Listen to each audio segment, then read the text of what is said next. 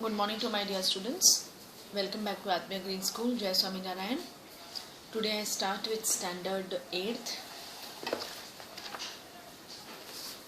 and I think I have to complete, that is continue of book history chapter 7, civilizing the native and educating the nation.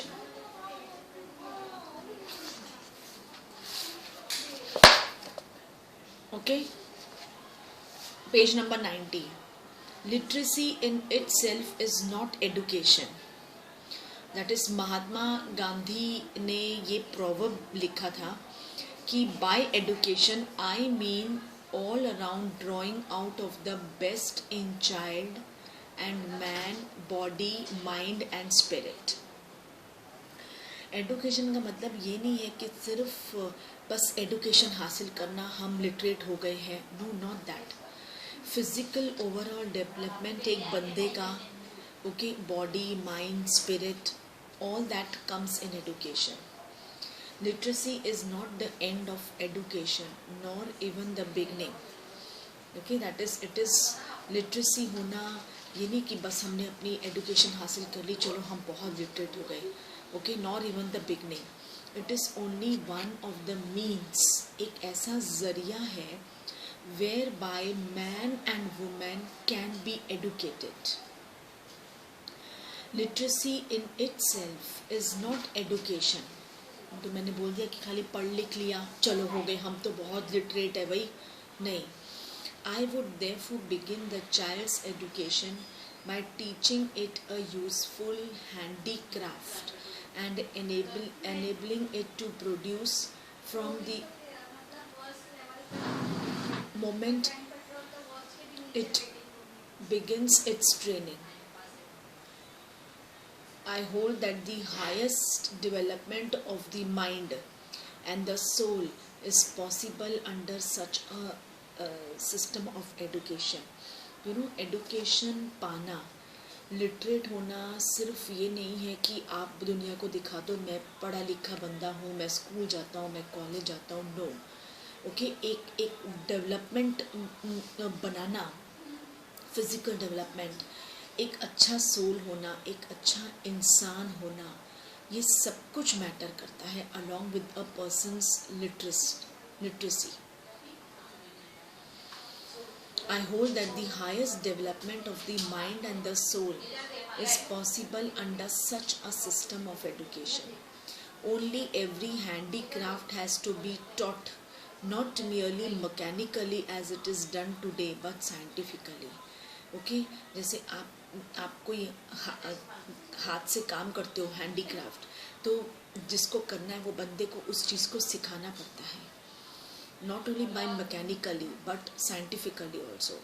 A child should know the why and the wherefore of every process. सिर्फ पढ़ लिख गए नहीं है, आपको उसका why, when, how, where सब कुछ पता होना चाहिए.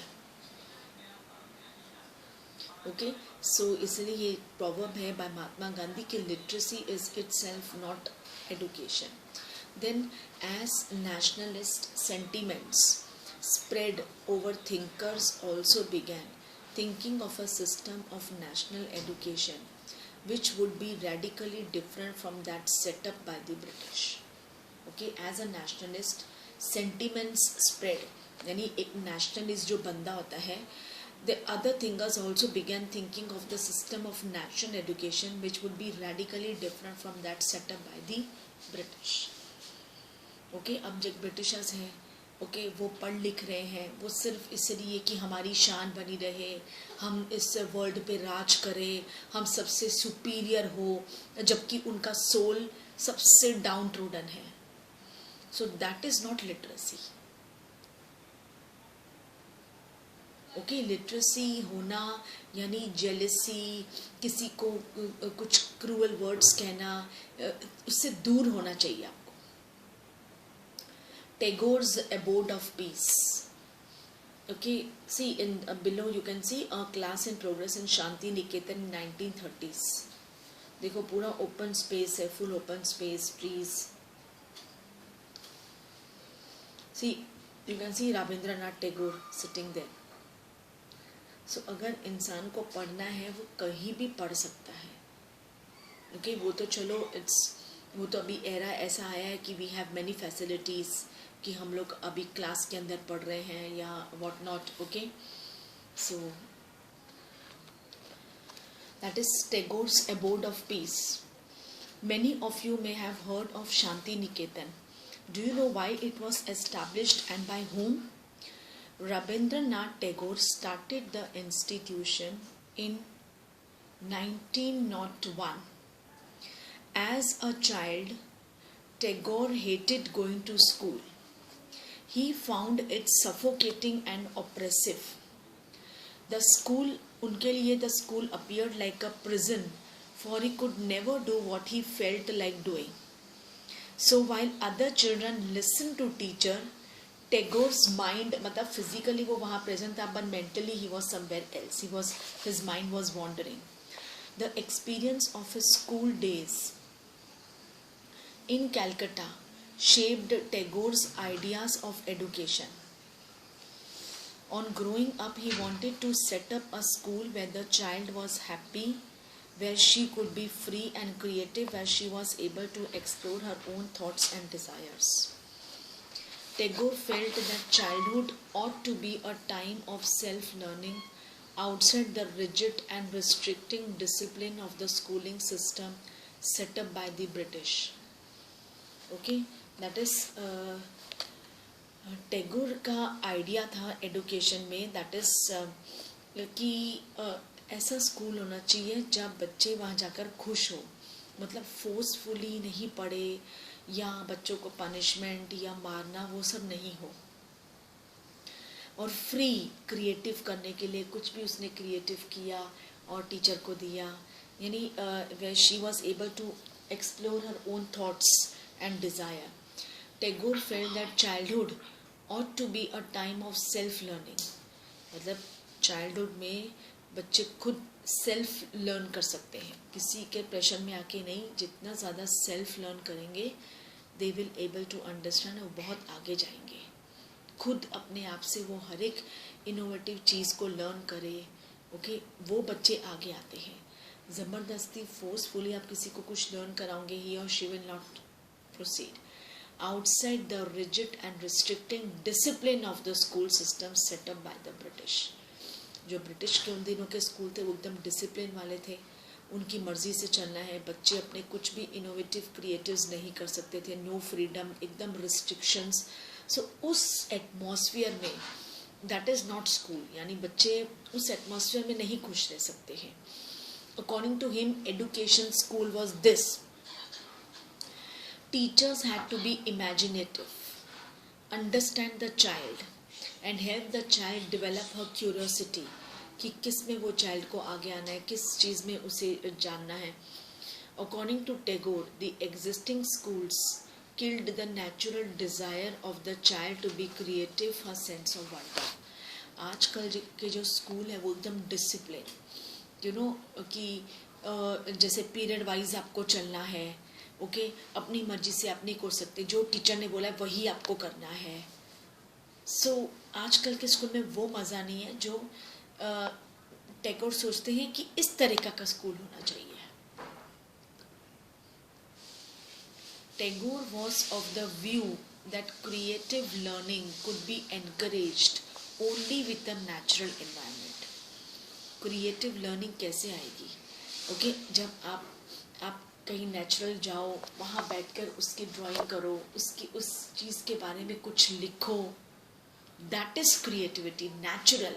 And for that you have to be in the natural environment.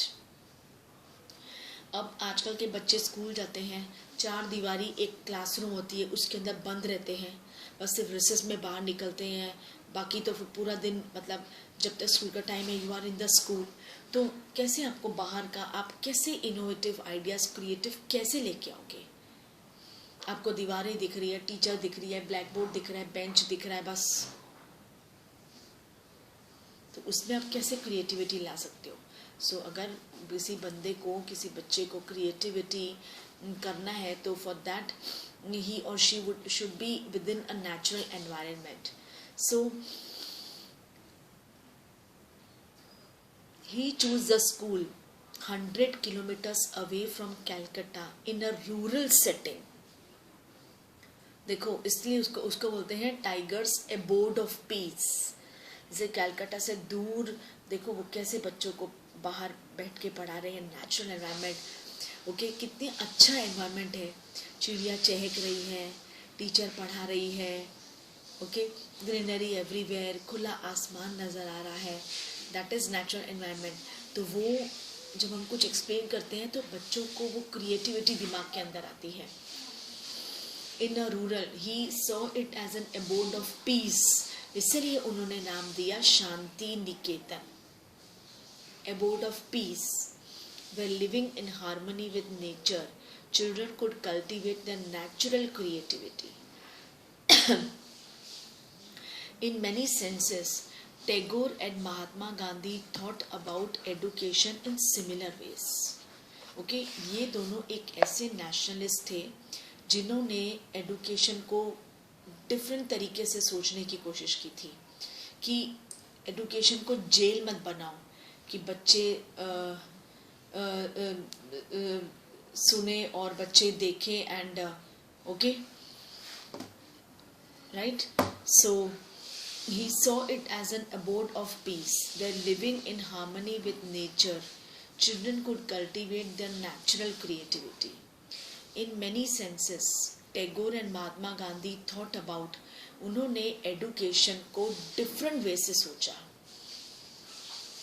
बंद दरवाजे में रहकर बच्चों को पढ़ाना वो बात नहीं है जो खुले आसमान के नीचे है. ओके, बिल्कुल पीस हो वहाँ पे. ओके, खुला आसमान के नीचे बच्चे पढ़ रहे हैं, उनमें उनके दिमाग में क्रिएटिविटी आ रही है. कितने बच्चे अपनी क्रिएटिविटी जाहिर कर सकते हैं. Okay, that is so he chose, that is 100 kilometres from the school in a rural setting, और उसे उन्होंने अबोर्ड ऑफ पीस को नाम दिया Shanti Niketan. Where living in harmony with nature, children should cultivate their natural creativity. बच्चे वहाँ खुद अपनी creativity देंगे. In many senses, Tagore and Mahatma Gandhi thought about education in similar ways. There were, however, differences too. उन्होंने different way से सोचा और दोनों के सोचने में बहुत difference था. Gandhi ji was highly critical of Western, यानी वो जो Western civilization था, foreign जो West countries के, उसके बिल्कुल खिलाफ थे. And its worship of machines and technology. Tagore wanted to combine the elements. Tagore चाहते थे कि हम कंबाइन करें मॉडर्न और हमारे इंडिया के कल्चर को with what he saw at the best with Indian tradition. कितने ख्यालात इनके डिफरेंट थे. He emphasized the need to teach science and technology at Shanti Niketan, along with art, music and dance.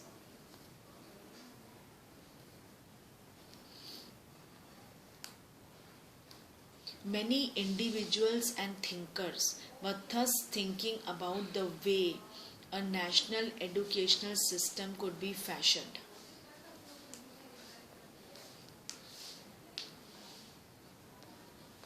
Okay, so many individuals जो थे और जो thinkers थे, तो वो सोच रहे थे कि किस तरीके से हम अपने नेशनल एजुकेशन को थोड़ा एडवांस लेके जाएं.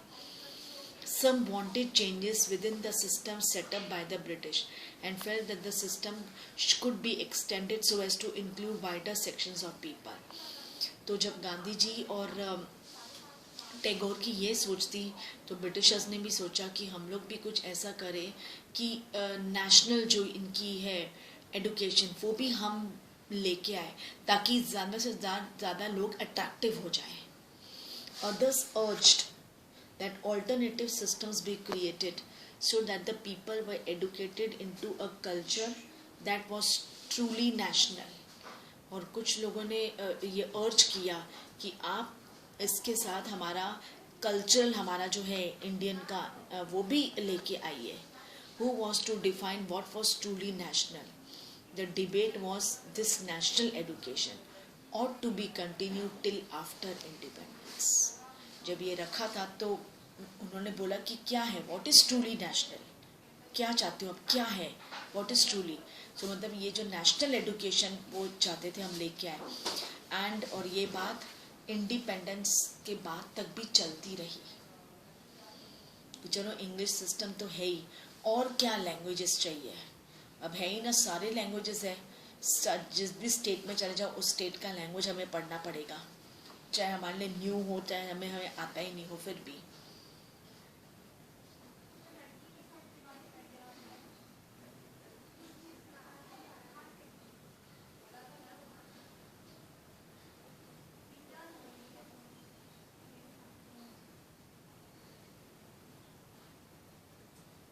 Now see on figure number 12 on page 91.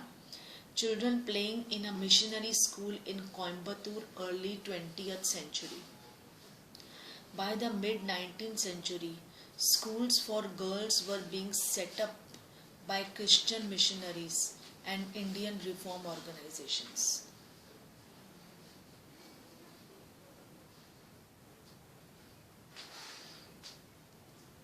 Okay पहले टाइम में को एडुकेशन कम था, okay boys and girls school different था, इसलिए पेरेंट्स भेजते थे फिर अपनी गर्ल्स को, क्योंकि गर्ल्स स्कूल एकदम डिफरेंट था।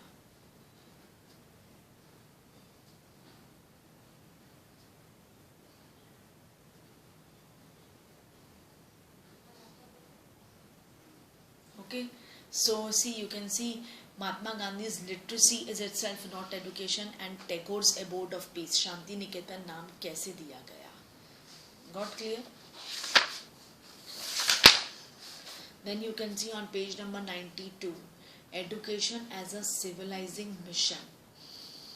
Until the introduction of the Education Act in 1870, there was no widespread education for the population as a whole for most of the 19th century. Child labor being widely prevalent, poor children could not be sent to school for their earning was critical for the survival of the family. The number of schools was also limited to those run by the church or set up by wealthy individuals. It was only after the coming into force of the Education Act that schools were opened by the government and compulsory schooling was introduced. One of the most important educational thinkers of the period was Thomas Arnold, who became the headmaster of the private school Rugby, favoring a secondary school curriculum which had a detailed study of the Greek and Roman classics written 2000 years earlier.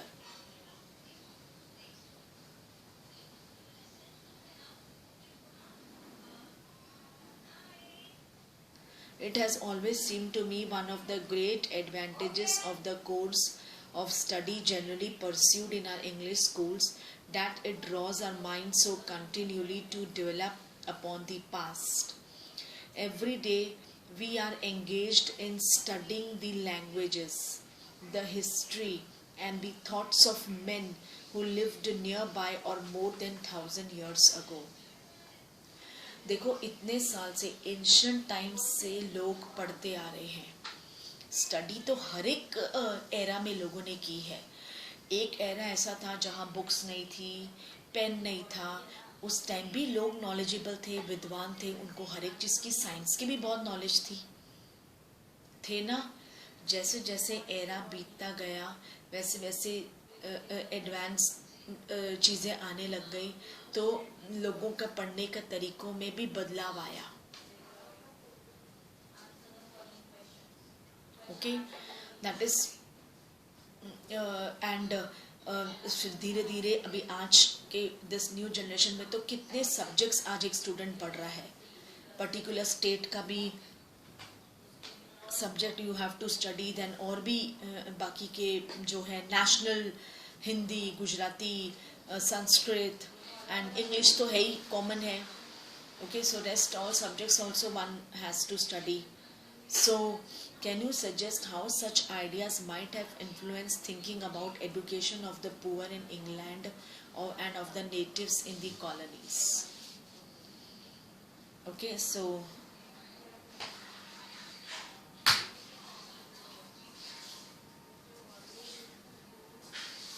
okay, so that was कि this lesson is कि पूरे schools के बारे में ही है ये lesson कि देखो okay that is civilising the native and educating the nation. Native यानी हमारे जो पुराने जो एशियन टाइम के थे उन्हें सिविलाइज्ड करना, उनके दिमाग से वो ऑर्थोडॉक्स बिलीव्स को निकाल देना, उन्हें सिविलाइज करना और हमारे नेशन को जितना हो सके एडुकेशन दिलाना, क्योंकि एडुकेशन हासिल करने के बाद ही एक बंदा सिविलाइज्ड बन सकता है. क्या गलत है क्या सही, कैसे उठना बैठना, कब क्या बोलना है, कब, this all comes to know once the people is educated. So education तो एंशिएंट टाइम से चला आ रहा है, बट जैसे जैसे एरा बीतता गया ओके एडुकेशन में काफ़ी बदलाव आ गए and people started struggling with this education. फिर ब्रिटिश का टाइम आएगा, English education, so all that moves on okay and अब तो नाउ जो आप लोग पढ़ रहे हो वो तो बिल्कुल advance that is modern education है, वे पीपल काफ़ी मतलब वन कैन स्टडी अलॉट. आप सारे सिविलाइज्ड हो ओके नाउ हमारे दिमाग सब में से ऑर्थोडॉक्स बिलीफ धीरे धीरे निकलता जा रहा है, बिकॉज अगर पुराने लोग भी हमारे घर है और अगर आने वाली जनरेशन पढ़ लिख रही है तो उनको देखकर जो ऑर्थोडॉक्स पीपल है वो भी अपने आप को बदलने की कोशिश कर रहे हैं कि अब वो पुरानी सोच नहीं चलेगी. One has to change with this modern time. Okay, so it's student, it was a pretty good lesson of civilizing the native and education the nation. In my next class I will continue with its exercises. Okay, इसकी exercise वगैरह complete I will continue with it, right?